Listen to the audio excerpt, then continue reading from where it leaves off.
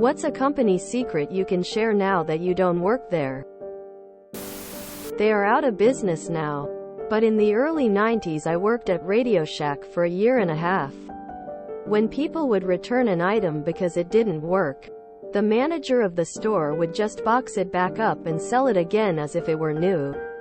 When I asked him about it, he said, "Hopefully they will return it to a different store."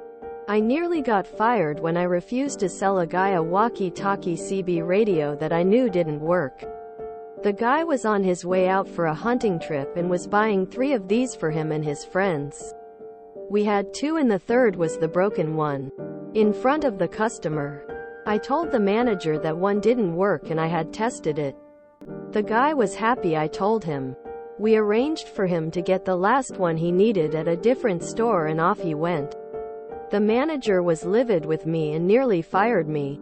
"I'm sorry. I'm not sending people out into the forest with gear I know doesn't work."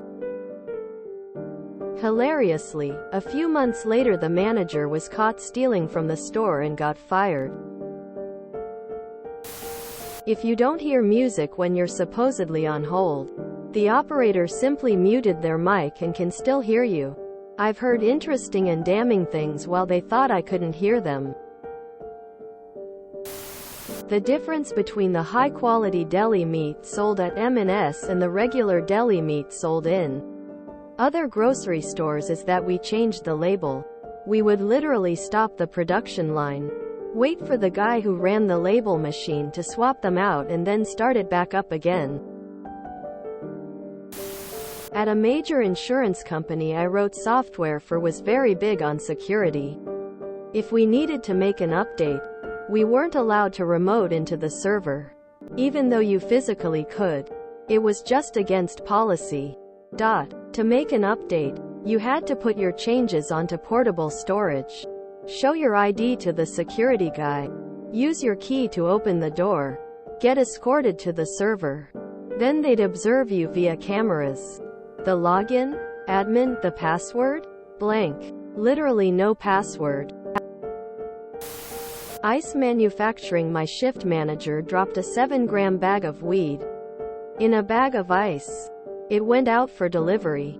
No one ever phoned in to complain though. Everyone's favorite sauce that people wanted the recipe for was mostly mayonnaise. Sure, it was called creamy pineapple sauce, but it's just pineapple salsa and mayonnaise. Arby's manager replaced the expiration stickers on the bread with new ones. I guess so the bread would last longer that way. I threw out 100 plus pitas with green fuzz on them after checking the manager's work. One of our best restaurants in my town is locally famous and everyone goes there. They say everything is homemade.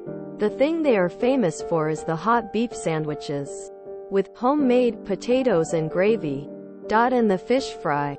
The fish fry they also have during the week listed as an entree called the cod platter. It is instant Cisco brown gravy mix and instant Cisco mashed potatoes. The cod is only fresh and fried on Fridays. If you order it during the week it is frozen breaded Cisco fish fillets, aka a blend of random fish shaped into a stick skull. I used to work for a rural ISP. We had one access point with 13 customers, but only 12 IP addresses provisioned. This means only 12 out of 13 people could be online at any one time. Anytime a customer called from that service area, we'd log in and reboot the tower's radios, kicking everyone offline to force DHCP renewals. It always meant whomever was calling in was able to get an IP and get online. But we knew that if all 13 customers wanted to be online at once, we wouldn't be able to service them. I brought it up with management, but they deemed it too expensive to address. I explained that it made us look like a fly-by-night shady as hell outfit. Since it was a rural ISP, I knew I'm not just talking to one person either. I'm talking to him, his wife, dog, kids, priest and 5 buddies from the coffee shop.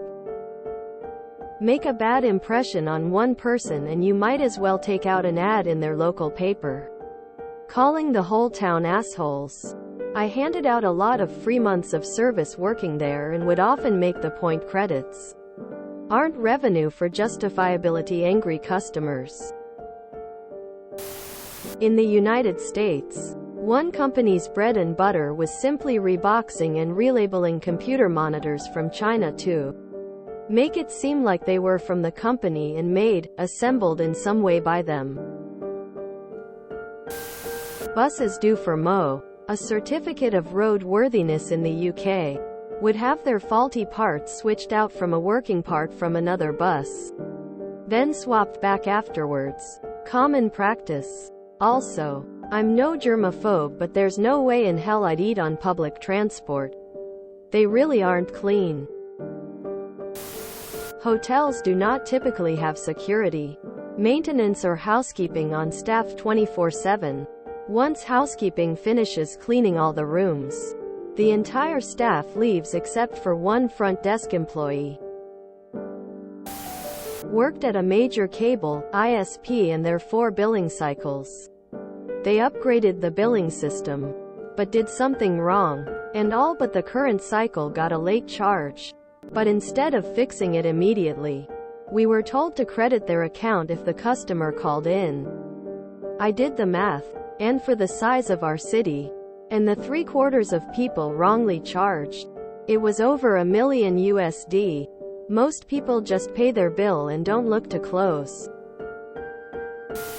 I've worked at Petco and PetSmart and both are pretty terrible. I was a groomer, so I had things like benefits. But the amount of people who would try to hide injuries to a pet was shameful, including upper management. They are mostly groomers trained by Petco and PetSmart. If you want a mass-produced grooms by people who hardly care, then it's fine to go there. But in my experience, at least in a big city, they care less than other groomers. It's also lucky if you get half the services you paid for. And none of them work like they claim. I used to work at a chain of local goods stores in Washington. A lot of the products were not fully local or even half. Outback Steakhouse uses prepackaged taco seasoning on their steaks. Ice machines are disgusting inside, full of slime. I worked for a restoration company. One time an elderly woman called them to clean her house. She was a hoarder or there had been a fire. I can't remember. Anyway, the company charged $57,000 for the work to be done. But in actuality they couldn't even get the charges to add up to $20,000. She couldn't file this on her insurance. There are other examples of gross overcharging, but this is the worst I know of that wasn't on the large loss side. The lesson here: if you have water, fire, mold, or hoarder damage and call in a company to clean it up, go through every line item on the invoice. Every single one. The drawing to win 2 free weeks of Sparkle diaper service is fixed. If the name on the entry is eligible, isn't currently a customer, and hasn't been a customer in the last year, it wins. Worked at an ISP, we lied to customers daily about speeds and delivery times. We sold internet in stations we knew were full, and DSL is just garbage. Don't had a single customer in 7 years who actually got the speed we promised. The burned out rates in support was 3 months before people quit. If you tried to actually help customers, you got chewed out and was a problem. If you enjoyed this video, please check out our playlists full of similar content. Epic Ericast is like doom scrolling for your ears. Please like, share, and subscribe.